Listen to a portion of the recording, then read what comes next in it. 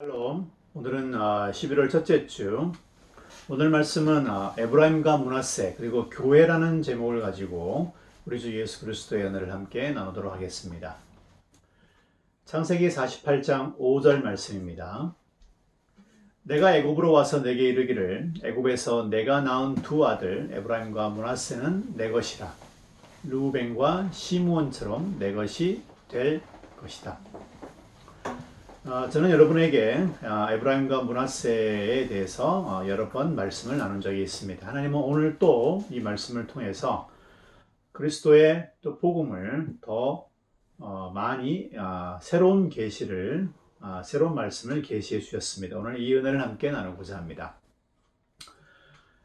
기억하실지 모르겠지만은 매주 금요일 저녁 유대인들은 안식일을 시작을 합니다. 그러면서 자녀들에게 축복을 하는데 이때 아들이 있다면 아들에 대해서는 다음과 같이 축복합니다. 내가 에브라임과 므낫세 갖기를 원한다. 원래 이러한 그 내용의 기도는 이유가 있습니다. 그것은 그 조상 때부터 내려왔던 뿌리 깊은 형제 간의 반목을 중단하고 서로 평안하게 살기를 원한다라는 의미를 담고 있습니다. 이게 유대인의 생각입니다. 아브라함의 아들 이스마엘과 이삭, 또 이삭의 아들 야곱과 에서, 또 야곱의 아들 요셉과 다른 형제들 보십시오. 거의 3대에 걸쳐서 이 자녀들, 특히 아들들 사이에서는 갈등, 미움, 배신이 반복되었습니다. 이제는 더 이상 그렇게 반복되지 않기를 원하는 그런 마음에서 유대인들은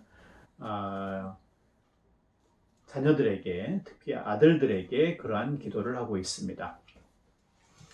실제로 그 역사를 보면은 에브라임과 므낫세는 더 이상 조상들이 물려준 것 가운데인 나쁜 유전자, 즉 이러한 반목의 유전을 되풀이하지는 않았습니다.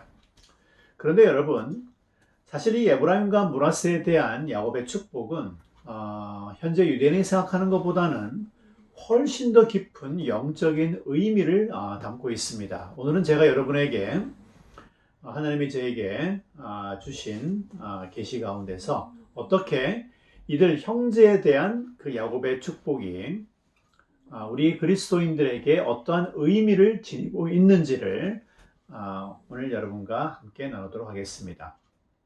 오늘 말씀을 보면은 야곱은 에브라임과 므낫세를 축복하기에 앞서서 요셉을 불러놓고 어떤 다짐을 합니다. 그것은 뭐냐면은 네가 낳은 내 손자 이 므낫세와 이 에브라임이 너의 아들이 아닌, 즉 요셉의 아들이 아닌 자신의 아들이 될 것이다 라고 이야기한 것입니다.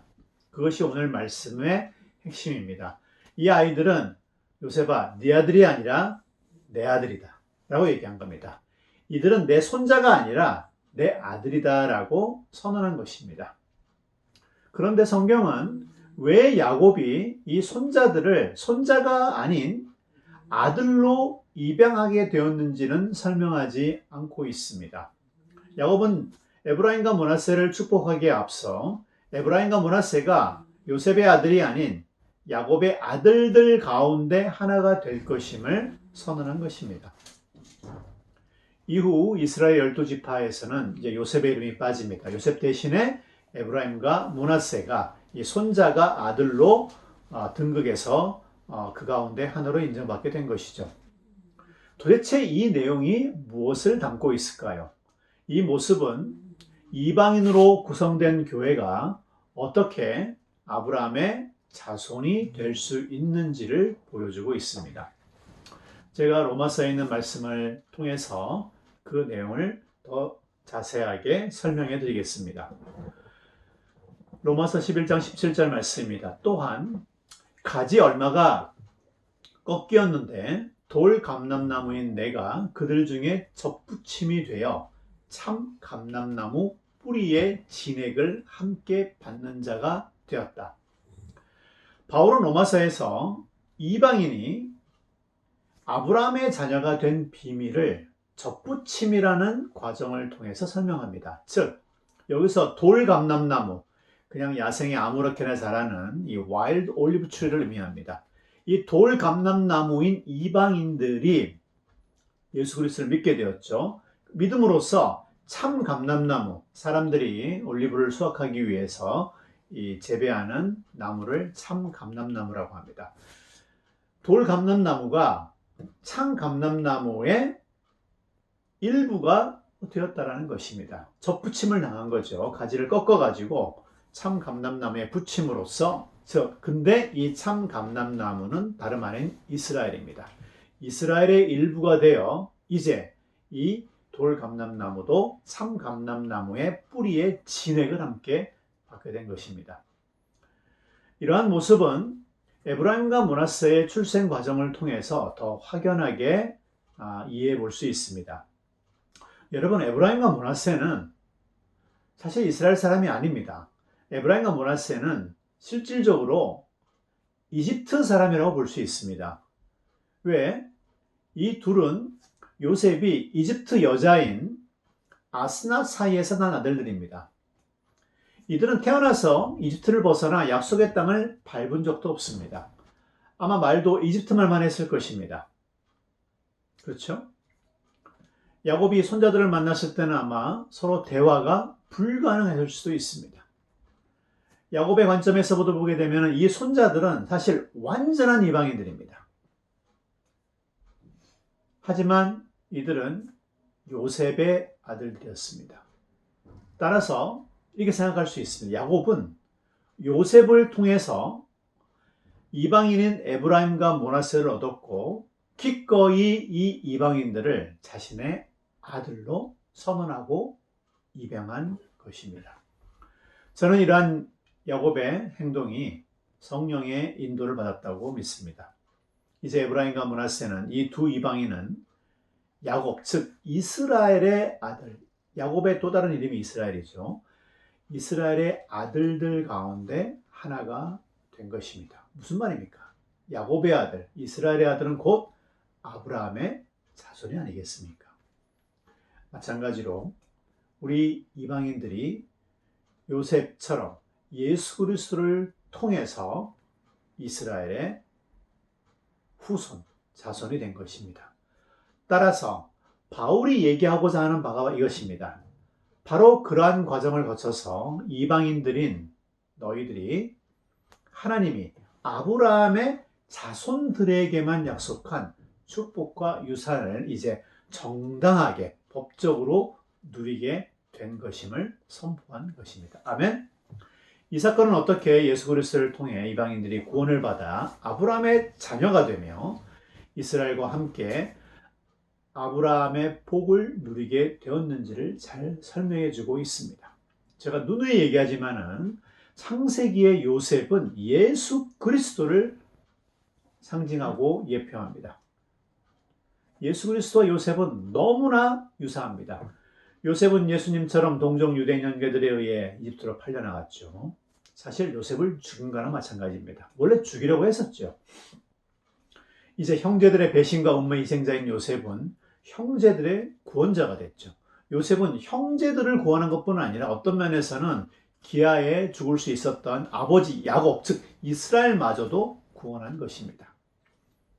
이는 동족 유대인에 의해서 로마에 팔려가 십자가에 처형을 당한 예수님이 이스라엘을 구원하게 될 것을 또한 의미하기도 합니다. 자, 이제 이 예수님을 통해서, 나사렛 예수를 통해서 원래 이방인이었던 우리들이 믿음의 자녀가 되었습니다. 예수님은 이 믿음의 자녀들을, 즉 이방인들을 야곱의 아들로, 즉 아브라함의 자녀로 입양하였습니다. 요셉은 야곱이 에브라임과 므낫세를 자신의 아들로, 손자를 아들로 이렇게 입양하자 옆에서 가만히 있었습니다. 허락한 것입니다. 그렇게 하도록 내어준 겁니다. 자신의 아들들을 이스라엘의 아들이 되도록 내어준 것입니다. 마치 예수님이 우리 이방인 교회를 이스라엘의 첫 아브라함의 자손이 되게 하게 한 것이나 마찬가지입니다. 이를 통해서 이제 우리 교회는 아브라함의 자녀로, 아브라함의 아들로 입양되어 하나님이 아브라함의 자녀들에게 약속한 복을 함께 누리게 되었습니다. 그것이 바로 갈라디아 3장 14절에 바울이 얘기한 바입니다. 이는 그리스도 예수 안에서 아브라함의 복이 이방인에게 미치게 하고 또 우리로 하여금 믿음으로 말미암아 성령의 약속을 받게 함이라고 한 말이 바로 이러한 의미입니다. 성도 여러분, 이제 그리스도 예수 안에서 예수님을 통해 아브라함의 복이 우리 이방인, 즉 교회에 미치게 되었습니다. 우리는 예수님을 통하여 에브라임과 므낫세처럼 이스라엘의 한 지파가 된 것입니다.